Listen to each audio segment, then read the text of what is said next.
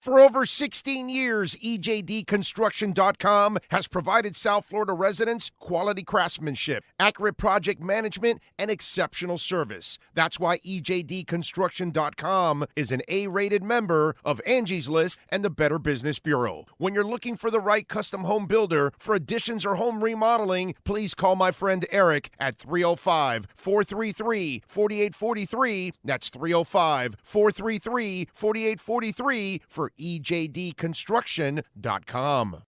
There's no need to drive around South Florida wasting valuable time looking for a new or certified pre-owned Acura. Go to the #1 volume sales dealership in the Southeast United States. Craig Zinn's Acura of Pembroke Pines. Purchase with pace and space in a dealership tailored to your needs. From home buying to providing a personal touch. Contact the 2020 Satisfaction Award winner Craig Zinn's Acura of Pembroke Pines. 888-776-5123. That's 888-776-5123. Or visit them at 15601 Pines Boulevard in Pembroke Pines.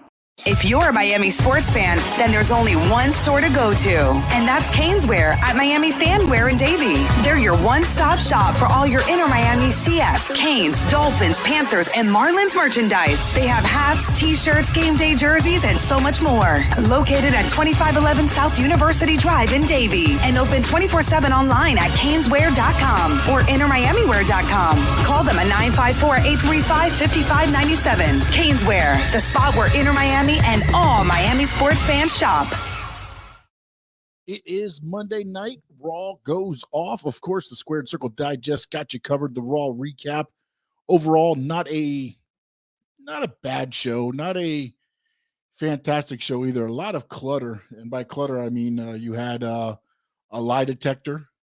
You had, let's see what else here. I have my notes here. You had the arm wrestling challenge from Omos. You had the commitment ceremony and the lie detector test. So a lot of fluff to get through the 3 hours of wrestling, but we'll talk a little bit about each of those. The main event fell flat to me. Thought it was a great match with KO and Cody Rhodes, but then the count out win kind of took everything. I get it. They don't want to take away any shine from Kevin Owens, but in that spot, I think you do something other than a count out at the end of that match. I know they brought Seth back out and he pushes Cody off the top rope. Cody's selling the ankle injury outside as the show goes off the air. So we'll see where that leads to. Again, we are, I believe, 2 Sundays now away from WrestleMania Backlash, which will be Cody Rhodes taking on Seth Rollins. The show started. Seth Rollins, of course, in the ring. I do like the way they are carrying on the angle as far as tonight. Seth Rollins said, look, you're no better than me. If you don't know who your opponent is, you won't be able to beat him either. I didn't know who my opponent was heading into WrestleMania. That's the only reason you got the win. So tonight he handpicked the opponent, being Kevin Owens, and Cody Rhodes comes out on top. I think it would have meant more to me if during that match, of course, you get Cody to pin said opponent. Again, I understand they don't want to take away from Kevin Owens, but maybe Kevin Owens wasn't the right opponent for that match. But I think you needed to have Cody get the victory to kind of one-up Seth there. He got the victory, so he one-ups him a little bit. But to me, overall, it fell flat there at the end. You had the Rhea Ripley heel turn finally start taking shape tonight, as her and Liv Morgan lost to Naomi and Sasha Banks. You saw, again, I hope this does do something for Liv ultimately also, but I believe this is where you're going to start seeing Edge and Damian Priest, and I believe Rhea Ripley might be the third person joining the Brood 2.0, and you saw Edge and Damian Priest attack AJ again in the locker room area, doing some damage to his arm. Again, they're going to set up for, and the one thing I'm not sure, I don't know if it's going to be Edge against AJ or if it's going to be Damian Priest against AJ, but ultimately at WrestleMania Backlash, you're going to see that ran back as well. I like what they're doing with the Ezekiel and Kevin Owens. In the long run, I think it's pretty funny. I mean, the fact that, he's Elias, now he's the younger brother, Ezekiel. They're having a great fun with it on social media. There was One where I forgot they painted all the gray beard, gray hair, gray beard, and what did they call his name? Man, I can't remember. I'll have to find that on social media, and I'll find it and I'll retweet it back out, and follow me at social media at Sean_Stanley11. That's on Twitter and Instagram. Theory beats Finn Balor, which again, for the U.S. title switches hands about every month almost now. And it seems to be the title that switches hands on Raw to maybe have people watch Raw for title changes or whatever. But Theory wins it afterwards. Vince McMahon comes out. And Theory, again, remember, he's the hand-picked person of Vince McMahon. I thought interesting today, I believe it was Theory or WWE social media sent out, that his role model as he grew up was John Cena. So ultimately, I think John Cena's coming back around SummerSlam-ish time. Do we see Theory versus John Cena? So again, maybe they're starting to lay those little eggs there, that Cena was his role model, and then now they'll work some angle to where, he wants to be better than his role model. So we'll see there. But I thought it was interesting that they put the belt on Theory already. Finn Balor already loses the U.S. title. So I think that's the second time. Let's see, it changed hands right before WrestleMania. And then now, before the next pay-per-view, it has changed hands once again. RK Bro gets pinned by the Street Profits tonight. Not sure where they're going with this. They did play the Usos music, which took the attention from Riddle and Orton away from Street Profits. And then Street Profits got the cheap win there. So, but ultimately, overall, it was a good match. Interesting to see what they do now with the Street Profits. Do they put them in? Because remember, they're unifying the titles. Ultimately, it's got to be Orton against RK Bro against the Usos. But where now do the Street Profits fall in line with all of the ongoings right now? Some interesting news. Also, the wedding happened tonight, or the commitment ceremony. There wasn't the wedding. Wasn't feeling the commitment ceremony early, but I like how it ended. Yeah, you knew. Again, there are no wrestling weddings go as planned, right? They always get interfered with, or a fight breaks out, or somebody comes out to say that they already married them through a drive-through, a la Triple H and Stephanie McMahon. You see all that there. And again, I didn't know which way they were going to go. John Rouse, what's up, buddy? I honestly think the Usos are going to win it. I think they're running this bloodline thing. Again, they're going to, I think, end up with all the gold. We'll see, though, ultimately, because they could run it with Orton, and, RK Bro could win it here, and then down the line end up dropping the belts back to the Usos later or something.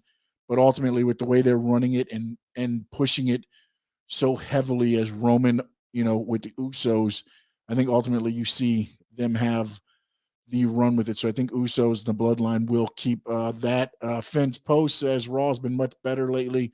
Cody also helps to make it more interesting. It always, anytime you bring somebody new in, it always gives it that luster, something new, different matches. But ultimately that shine gets rubbed off, right? I mean, in a couple of weeks, everybody will be tired of the Cody Rhodes, because again, he has opened and closed every Raw since WrestleMania. Remember that. Every Raw since WrestleMania, only been 3 of them, but he has opened and closed each one. So actually, has it been 2 or 3? I think this was a third Raw. But he has opened and closed each one. So ultimately, you're going to turn, it's going to turn into the John Cena stuff. He's going to get fed down your throat. You're going to get tired of it. And then we'll see what they do with them from there. Because right now, yes, he's the shiny new toy. He came from AEW. Today he shows, he throws out I was a manager and over in my old, so I know how all this works with the mediation. You say you're better than me. I tell you why I'm better than you. Again, throwing all the AEW stuff in the storyline as well. Not forgetting anything, what his past was. Because usually when wrestlers are brought up, they always, like, for instance, Pete Dunne, they rename him Butch and then they don't talk anything about his NXT career. It's like, I mean, why? They've had careers before they got to WWE. They're going to have careers after WWE. You might as well incorporate them in and give them some kind of, whatever feeling, or as I say all the time, to get people invested in them. It just, to me, it's so crappy to always just change everything as they come up. You wrestle in NXT, you're this, but when you come to the main roster, you're this. And it's just, why even waste the 3 years of having them in NXT before you bring them up if all you're going to do is change them anyways? Steve Chapman says nothing beats Butcher Paul Vachon's wedding. Yeah, very sure. Very cute. Very true. Sick of this bloodline crap. Enough already. What's up? Who's up next? Dude, honestly, right now, bloodline is WWE. I mean, honestly, that's it. It's bloodline and Cody Rhodes. Give me something else that's going on there. It's Cody Rhodes, Seth Rollins, the bloodline. Other than that, I don't think there's anything. Is Brock finished as the guy? He was booked for Backlash, WrestleMania Backlash. He's been since taken off. I don't know if they're going to do something and maybe just surprise everybody and bring him back right before the pay-per-view. But right now, currently, he is off the card, which is why they kind of fed, I think, Nakamura out there. So I think Nakamura is the backup plan for Roman Reigns when you look at what is going on with WWE right now. I don't know. As of right now, Brock is probably done for right now. Again, remember, he only does, his contract is like 8 appearances a year, and he had already used up a majority of those, leading up to the WrestleMania, because he had appeared on Raw, SmackDown. He did, of course, the overseas. So when you look at those right there, I think he's already close to the 8 already. When you look at that, and they're not even 4 months into the wrestling calendar, so I'm not sure what they're going to do with him. Again, they can rework it out and pay him on a per appearance or whatever, and I'm sure Brock will work with them, because again, he does, as long as it's smart business for him, he's going to do it. He's a very good businessman. Let's see here, what else we got. Something else I want to cover real quick, and I see Finn's post. I see something you put for later, and the answer is yes, I did see it, and it was tremendous. But and it was, did I watch the Ric Flair video training with Jay Lethal? Yes, I loved it. I don't want to see it on TV, but I'll watch videos all the time. I don't want to see him back in the ring on TV. I don't want to see him getting on a Raw or an AEW or anything else. I'll watch those videos, the training videos, all day long of Ric Flair in the ring. All day long. I don't want to see him on TV and wrestling. So that's where I'll leave that at there. Alexa Bliss right now, it was reported that, by Fightful Wrestling, that right now she is, she's not being on the show because they don't have anything creative for her, which I find very odd, seeing as she was one of the hottest things going, a while ago. They brought her back for the Elimination Chamber pay-per-view, and then they didn't have anything else for her. They were going to try to rush her back for WrestleMania. Not sure who didn't agree with the creative, if it was Alexa Bliss or if it was somebody else. But what's being reported is they didn't like it, so they kept her off of WrestleMania. So ultimately, again, it goes back to everything with WWE. If you're not in that spotlight, which right now is Cody Rhodes and Seth Rollins and the Bloodline, they don't have a great. I'm trying to think of the right wording here. If you're not in the top 1%, they can really. They're just going to rush you out there. You saw it tonight with the TV that they had. I mean, you did the commitment ceremony, which, it's fun, it's entertaining, it's great things there, but that's stuff you do when, hey, we need to waste 15 minutes of TV time. What are we going to do? Got an idea. Commitment ceremony.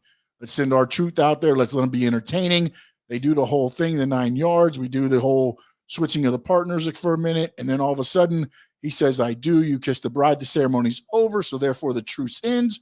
And then now we start doing the pins to become the 24/7 champion. And ultimately Dana Brooke gets it back and then leaves the ring with R-Truth. So, again, it's just a lot of fluff there that they got going on. Vince shoving Austin Theory down our throats. Tony, it is now Theory. There's no Austin, which I think they did that because of Stone Cold Steve Austin. But Theory is getting shoved down your throats because ultimately he's going to be the guy, I guess, to take on Cena. I think that's what's going to happen.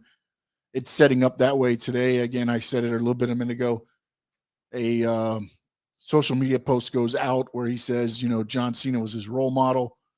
Cena does want to come back to WWE. It makes sense to have Cena Theory get Vince McMahon involved in it. I'm sorry, Cena Theory. I'm not sure if that's what I said, but Cena Theory with Vince being involved.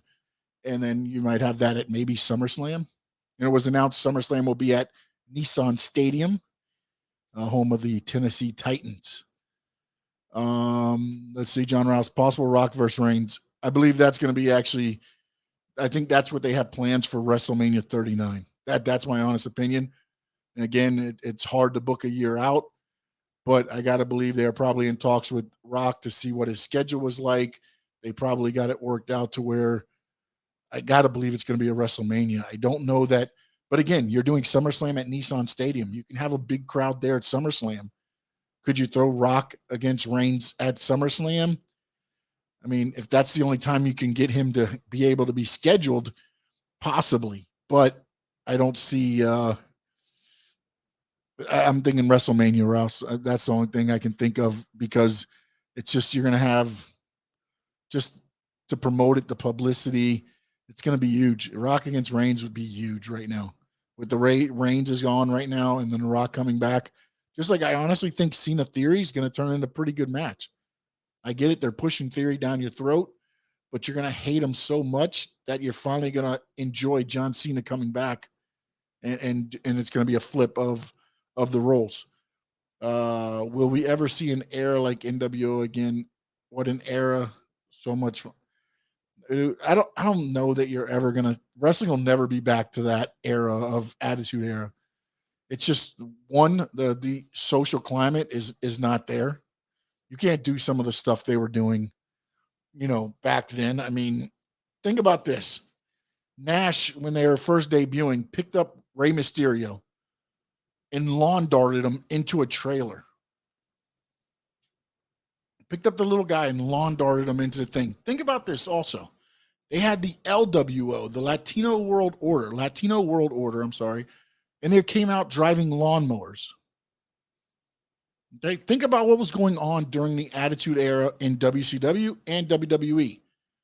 Do you think in today's climate and in today's TV, one, networks are going to allow you to do that, and two, that companies going to do that? Because again, remember, WWE is publicly traded. They have shareholders they have to answer to.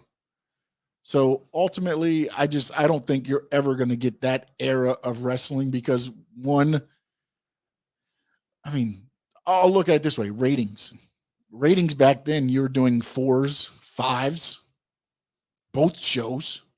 Now you've got WWE SmackDown. They just did a 2.1 the last time. That's the best show going right now, 2.1. That's half the audience of what one show used to draw. Nitro would usually do like a 4.3 and Raw would do a 4.4 or vice versa. And now you're barely getting a 2.1. And that's on Fox, by the way. Those shows used to be on TBS and TNT and USA as well. And Nashville Network and everything else that they've been under. But when you look back at what they were doing on the same network, USA, 4.3s. Same network on TNT, 4.3s. Now you're getting AEW's barely doing a million, barely doing a 1.0. And Raw last month did the best it's done since January at a 1.7 last week.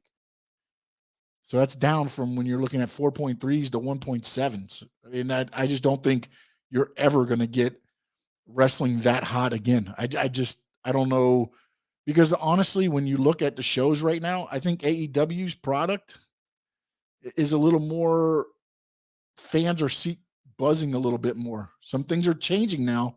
Things are starting to change a little bit for AEW. It's not all just, all good talk about AEW anymore. They're starting to get, hammered down a little bit. Cody leaving took off a little bit of that luster. But I just don't think you're ever getting that. Rock and Reigns are cousins, just like the Usos. Why isn't Rock part of the bloodline?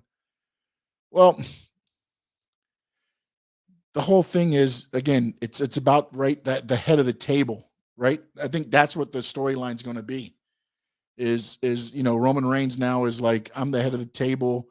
I'm the one that puts the food on the family, the food on the family's table. But ultimately, The Rock is what started. If you want to go with that storyline, you can say The Rock was the head of the table way before Roman Reigns was. I mean, hell, you could go back to the Samoans or however you want to do it, but ultimately you can kind of, go for the battle of the head of the table, which is where I think they will go with Rock and Reigns there, which it's not going to be it's going to be a family thing, but it's going to be a family battle between Rock and Reigns to see who gets the head of the table, so to speak. So I think that's the way I hope they kind of play it, because then what you do is you can eliminate the Usos because they're not going to want to get involved. It's a family affair. It's not like, Roman, ultimately maybe you do get them involved when the match actually takes place so they can choose sides. But, again, it's all about, the Samoan heritage and the, head of the table, or you say, and who leads the family, who is the real leader of the Samoan dynasty. And hell, in a year, you could have Solo Sakai up in the main roster, which would be another one for the bloodline. By then, you could even work Tamina over to the bloodline. There's so many ways you can work the bloodline. And hell, there's some guys out right now. When you look at, Jacob Fatu and some of these other guys that other Samoans that are wrestling right now, that could ultimately come in and be a part of this. This could be, it could get pretty crazy going with the Samoan dynasty if they wanted to go that route, because there is plenty of talent to go around. Reigns stands for corruption. Rock stands for righteousness. Reigns broke away from the family's righteousness. I mean, ultimately, yeah, that's how you can, again, you could play it, that way. There's so many ways you can go when you start getting into the whole, you start throwing in the families and the head of the table and all that stuff. They could go so many ways. Who do you think will win, Rock versus Reigns? Listen, it's pro wrestling. I believe this is what's going to happen. This is The Rock coming in, doing all the building up Reigns, and this is him saying, here you go. It's yours. Run with it. It's him passing the torch over, just like he did for Cena many moons ago when he beat Cena here in Miami, and then the year after in New York, he redid the favor and passed the title back over to Cena. Ultimately, I think that's what you're going to see. You're going to see, Rock give Reigns the reins of the family, literally. Rock will be back to put him in his place. I think ultimately you're gonna see the buildup be The Rock gets the better of him on all the shows, and then ultimately when they get to the big payoff, the payoff will be Roman Reigns being elevated so much more. I think it'll be a great match. I don't think it's going to be a quick match. I think it'll be a good story, and I think you'll see ultimately, being Reigns going over and elevating him more than anything else. Juice F5, will there ever go back to Attitude Era like they need to? The product is subpar. I was just talking about it. I don't know if you just joined us, but I don't think you'll ever see that just because of the social climate. I don't think you will ever see that again, as far as when you look at what they what you see as far as the social climate going. You're not going to get that on TV. I mean, even AEW now, Time Warner with Discovery is going more family-friendly entertainment. Not sure how that's going to affect their programming or if it will affect their programming at all, but they want to go more family-friendly entertainment. Right now, AEW is not family-friendly. They're trying to push the envelope as much as they can. We'll see if that changes their course, because ultimately they're probably closer to anything, and they're not close at all, honestly, to the Attitude Era, but at least they're pushing that envelope to kind of some of the stuff that you saw that you liked back in the Attitude Era. So, but now they're going family friendly as well. And the other thing is, listen, selling to kids makes money. Parents want to make kids happy. If a kid wants to go to a show, you walk in, the first thing you see is merchandise. Kids want merchandise. Also, if a little kid likes the show, he's going to bring his mom. Him or her is going to bring the mom, the dad, any brothers and sisters. So now you got a family of 5 possibly going to a wrestling show. That's what WWE has noticed, and that's what they've been doing since then. They're catering to, you know, the younger family-oriented entertainment. Why? Because it brings in more money. It brings in more money. Do they have some risque stuff every once in a while? Yeah, they're still going to throw that in there because they know there's some fans there too, but they also know what makes the money. And as a publicly traded company, you have to be profitable. And whether you want to say it or not, 18 to 34, 18 to 45, whatever you want to say the range there, not all the time they're out there spending the money. You know, they'll go to the show, they'll buy a shirt, they'll buy a couple, you know, whatever, a beer or whatever. But, you know, the kids, when they go, they want a belt, they want a shirt, they want, you know, John Cena wristbands. Next thing you know, a family's almost spent $500. Hell, at WrestleMania, I can only imagine what the Dallas economy was from Dallas, you know, just the WrestleMania being there with everything going on, the Access weekend. You had all the other wrestling shows as well, you know, Ring of Honor. You had GCW. There's a bunch going on there. So, you know, but again, WWE knows that, and they also set up a huge store. They had one of the largest Access stores that they've ever had at the WrestleMania. So it'll be interesting. I'm waiting to see numbers on that. So hopefully they get that information out soon. Steve said, I wouldn't think they'd want to put Reigns in his place. Reigns is the WWE main star. Well, ultimately, I think you want to bring back The Rock to, you know, kind of be the guy that you think can put him in his place. And then ultimately, you know, go with the story from there. John Rouse, they should go back to that. The people would love it. Ratings will be out of the roof, I believe, anyways. Again, it's rate. I don't know that ratings are ever going to be what they were, man. No matter what you do, I honestly don't think ratings are ever going to be back up to the heights that they were. Vince Post says WWE is the most profitable they've ever been. Their formula is working. Yeah, that, and then it also helps that, you know, you do one pay-per-view is $55 million a year. Basically, you basically get $110 million from Saudi Arabia. The 2 pay-per-views is $110 million. That does help with the bottom line. Let's see here. The ratings are down, but the profit is up. That's the one thing that is, John, when you say no, they're not, ratings are down. Ratings are down, but profits are through the roof. Profits are through the roof. Because again, they've sold 2 pay-per-views a year for $110 million to Saudi.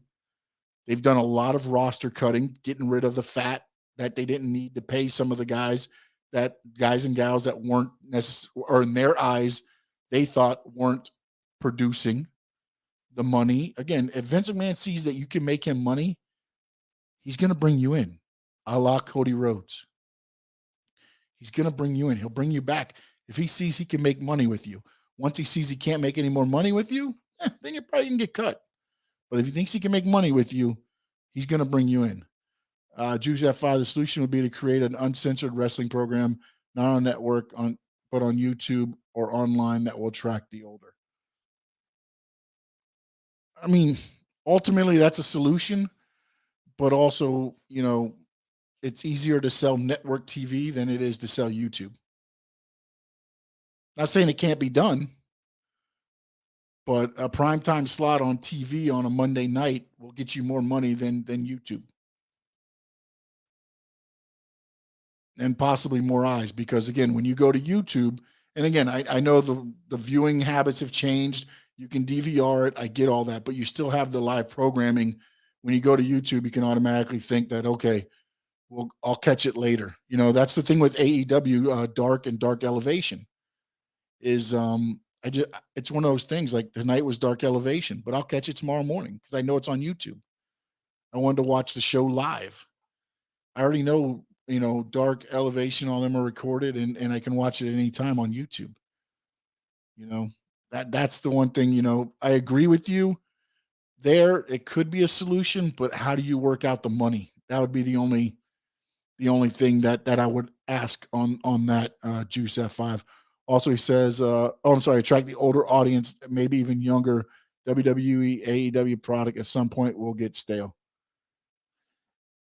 Yeah, but I mean, I guess that's where you got, what is it, CYN, cover your narrative. That's kind of what I think they want to do. EC3 and Braun Strowman, or now he's called Titan or whatever he's calling himself now. Ultimately, I think that's what they want to do. Choose your narrative, I think, is what it's actually called, CYN. I think ultimately they're going to do that, but also, again, man, it takes money, man. And then that's the one thing, again, look, Vince McMahon, they've been doing this for 30 years. They went from wrestling to entertainment. They're World Wrestling Entertainment now.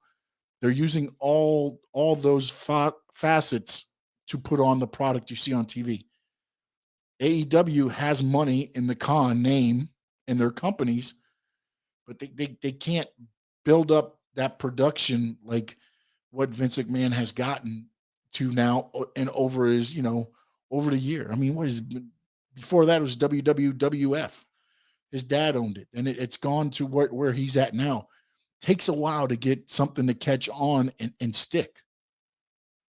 Once you get the stick, then you can probably do some good stuff. But the problem is everybody says they want to do it. All the fans say, hey, we need new product. We need new this. And then when it's put out there, they're just like, yeah, maybe, you know what? I'm going to stick with my WWE. I'm going to stick with my AEW. And that's the way wrestling fans are. Ratings will never be the same. There are more channels and competition than ever on TV, plus streaming services about making money and downloads now, not ratings. It's not about the ratings per se, but that still dictates on how much money you can charge your advertisers. So it does play a role. In the ratings do play a role. If you have more eyes on your product, you're going to get more money. That's just the way it works. So again, streaming services, they sold theirs in the US to Peacock. They make money off that deal. The NBC Universal deal made them tons of money. They're making money hand over fist on all these deals. Vince is very smart businessman. It's going to be interesting to see what AEW can do, because right now, as I said, the luster's starting to wear off a little bit on AEW. Tony Khan and them, they're getting hit on certain things they're doing. The Battle of the Belts. Again, the Satnam Singh debut, and I thought Tony Khan kind of, again, on Busted Open Radio, he comes out and he's like, I could have handled it differently. It wasn't my idea, but I went along with it. I mean, look, you're the owner. It stops with you. Ultimately, it stops with you. Ever see Batista back? No, he's happy doing his stuff, man. He's happy doing the movie stuff. And he don't need to put his body through that, man. You don't need to do that. Just let him keep doing his movies deals. Batista will not. I don't believe he'll be back. Will he come back for a one-off or a Hall of Fame? Maybe, depending on the money. But I don't see him coming back to, be the end all be all, and save or be eyes for anything like that. No, I could see him come back to do a Mania, maybe a match. But then again, I look at the roster and who Who do you bring Batista back for? I mean, do you bring him back to feed him to Reigns since there's nobody else right now? When you look at the roster right now, they got good talent. But when you talk about bringing Batista in right now, if you had to bring him in and you're booking this, who do you bring him in to wrestle right now? Who do you bring him in to do the feud with? Because besides Roman, Drew's being kept down right now with Sami Zayn. So, never thought I'd see Edge back. No, I didn't think back because of his neck injury, but Edge you can put with anybody. Batista, you can't throw Batista in with AJ Styles. Batista's not that, not that guy, especially when he hasn't been in the ring in forever. He's Edge is a chameleon. He can wrestle and make everybody look good. He can wrestle with any size talent. He could go with Lashley, he could go with Sami Zayn, he could go with AJ Styles, he can go with anybody. Batista's that guy that you bring him in, you gotta look at, I'm thinking Lashley, McIntyre, any of those. Will we see Val Venus return? No. That character will not return to TV. Now, if you create that uncensored wrestling program that you were talking about, Juice F5, if you create that, we could bring in Val Venus. We could bring in a group like Right to Censor, have them feud. So you got the porn industry against the censor industry. You could do something like that. Steve, Omos is too big to have any. Yeah, I've been saying that for forever. I mean, it's just he should have been brought in more of a oddity, like attraction, like what Andre the Giant was. That's what Omos should have been brought in for. I think you had him feud with AJ after they broke up. They did the thing there. The thing they're doing with Veer, I like what they're doing with Veer. You're bringing in enhancement talent, which is not signed by WWE. It's an independent guy. They bring in, they feed him to Veer. That's what they should be doing with Omos. I think they got him. I was so happy that they, Lashley came back and beat him at WrestleMania because I was worried that they were going to let him beat Lashley, and I was very happy that that they slowed it down a little bit. I do like, the angle now where he's got MVP kind of leading him, but I think he's more of an attraction, like what Andre the Giant was, than he is a guy that you just put in a feud and have him. Please do not put him in a title picture. Don't. Maybe you can. There you go. We'll bring back the Yeti. There we go. Who else can we get? We can get Great Khali to come back maybe as well. When did WWE get rid of the blue steel cage from back in the day? Oof. Man. I have not seen the blue cage in a little while. On Raw, they bring down the red one now. And they haven't done a cage match, I don't think, maybe it was SmackDown, Rey Mysterio against Roman Reigns. Or no, did they do that? Was that Hell in a Cell when they did that one? Or no, it was actually one of the Usos. I'm sorry, I take that back. I believe it was one of the Usos against Roman Reigns. I believe they used it then on the SmackDown, but now they used the red one for Raw and some of the other stuff. But they've been doing a lot of the Hell in the Cell style matches, and they also brought back the old one because they built the platform on the top so the guys can dive off without having to worry about getting hurt or anything else like that. And then also it's easier to construct because the cage is already lifted above the ring and drop it down. Whereas with the big blue one, you had to bring the four sides out from the back, hook it up, and a lot easier to build and get it out. Do you think Edge will be back in the title picture? I think ultimately, yes. As I was talking, I think it was last week or the week before with the Brood 2.0, depending on who they bring into the group, it'll be interesting to see if maybe they do a Brood 2.0 against the Bloodline type gimmick and maybe have, again, I think the only way that you take the title off Roman Reigns right now, if you want to take the title off of him for a little bit, would be to do a triple threat match or something like that and have the other guy pin the other one. And then Roman kind of gets cheated out of the title. And then ultimately you can get the title back to him when you want to, have him and The Rock set up for WrestleMania, if that's what the plan is, or whatever. Again, you can do so much stuff, but ultimately, I can see him back in the title. It's the same thing with Cody Rhodes. Like right now, I can see him being in the title picture, but right now it doesn't make sense. Unfortunately, it just doesn't. I mean, he's not beating Roman Reigns. Again, if Cody right now took on Roman Reigns, there's no way Cody gets the victory and becomes the champion there from beating Roman Reigns right now. So that's why I'm hoping they keep this with Seth Rollins. I like the way they're building this up. Keep it going for a little bit and see where it goes, then throw him in a title picture after that. Frankie Fresco says, hey, guys, sorry I'm late. Hey, better late than never, buddy. Better late than never, Frankie. Hey, Sean, are you going to be doing the wrestling shows from Vegas? I have to see. I know Friday night I probably will not because we'll be on the air, I guess, around the same time SmackDown and them are going on. I mean, not the time there, but for you guys, it'll be around the same time. So I'll probably do the Wednesday because I don't think we have the show early in the morning that week in Vegas. So probably Wednesday I will, Friday no, and then we'll be back to regular scheduled programming because I'll be back from Vegas on Monday. Actually, I return Tuesday the 3rd.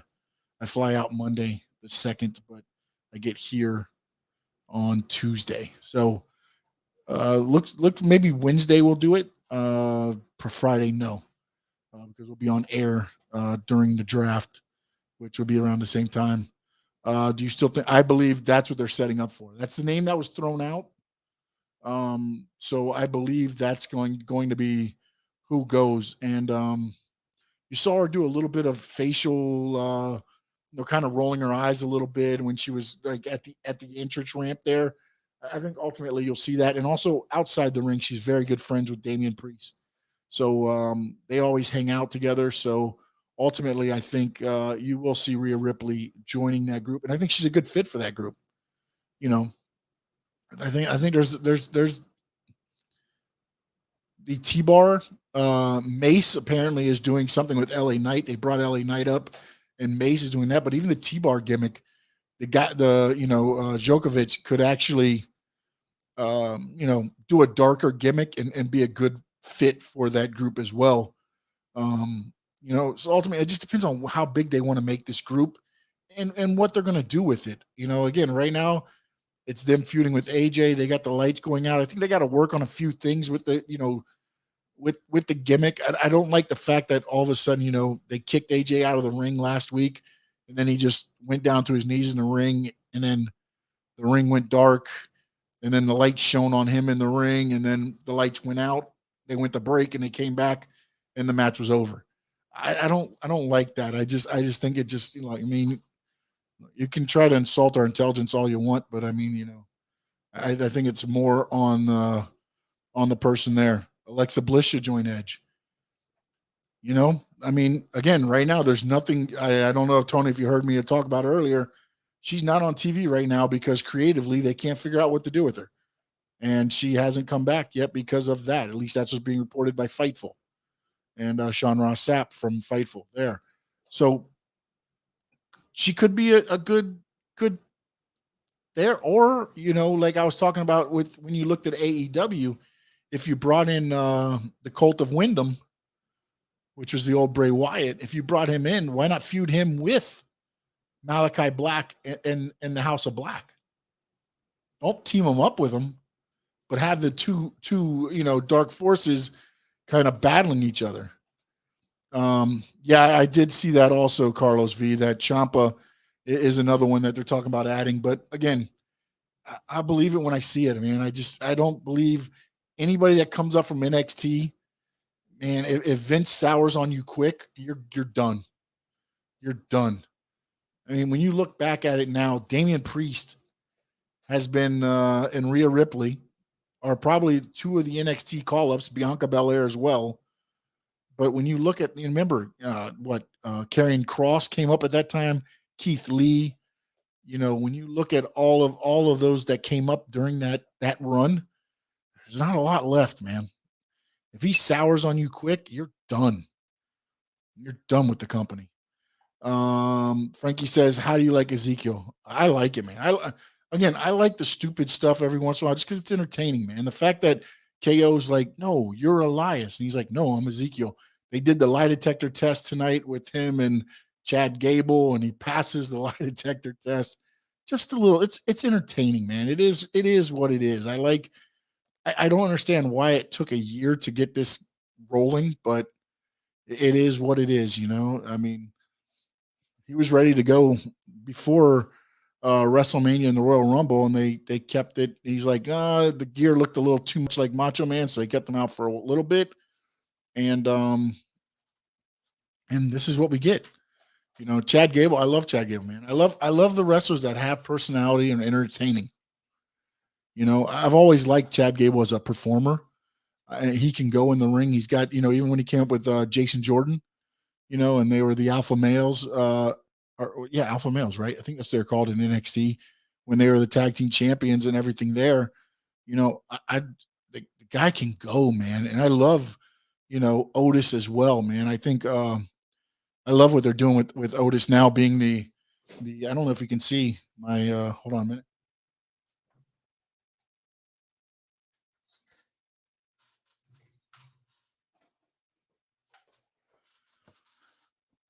Little Otis Money in the Bank right there. See that? That's I've always liked Otis, man. I liked him when he was doing the whole, the gimmick with Mandy Rose. And then I liked when they turned him, with Chad Gable, and now he's the more, the mean guy. And it plays very well. Is it me or is the play-by-play on WWE horrible? We need Jim Ross and ring announcer. Is no Howard Finkel. They need a change in those departments. I think, again, they're doing that a little bit with the Pat McAfee. He's bringing more eyes to it, but again, there's only so many damn Jim Rosses, man. I mean, again, you had your Gordon Soley back in the day, then you have Jim Ross now. I just, again, there's not always going to be that play-by-play guy there that's there. Michael Cole, I think, is pretty good. I like McAfee. I like Corey Graves. I don't have an issue with with their guys. I mean, are some of them a little bit drier maybe than what, I think they finally found a team on Raw that's okay. But ultimately, man, it's so funny how announcers have became as important to the wrestling as what the wrestlers have in a way, again, because they tell the story, through the words, as the talent's telling it through the moves in the ring, they're telling it through, and when you look at, I mean, if you look at AEW right now, Jim Ross is sometimes a little bit out there on some of his commentary. And again, I think some of that now is being worked as a gimmick because he had a couple, errors early. So now I think they've worked it into kind of being a part of the show. So, but ultimately, I mean, I just don't think you're going to get JRs all the time, man. And there's only one Howard Finkel. I mean, when you look at ring announcers, Howard Finkel's always been the one, Chimmel did pretty good with the Edge and things there, but there's never going to be another Howard Finkel, man. Never going to be another Howard Finkel. Let's see. I like that they brought back King. Well, they only brought him back because Corey Graves is in Hawaii on his honeymoon with Carmelo, so he'll be gone soon. Chad Gable reminds me of Kurt Angle. Yep, definitely. Mark NorCal. Sean, I'm bringing you a few things for your studio. See you at Tommy Rockers Thursday next week. All right, my man. I will see you then. Miami Sports Fanatic Show. What's up, Sean? What's up, Mark? What's up, my man? How we doing? All right, we got a couple more minutes, so you got a couple more questions or anything you want to get in, make sure to throw them in on the chat now.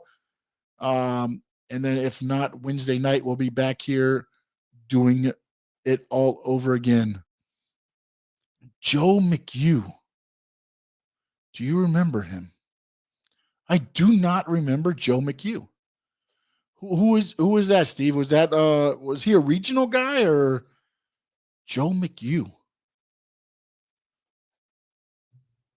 I do not remember that name right off the top of my head. I don't remember Joe McHugh.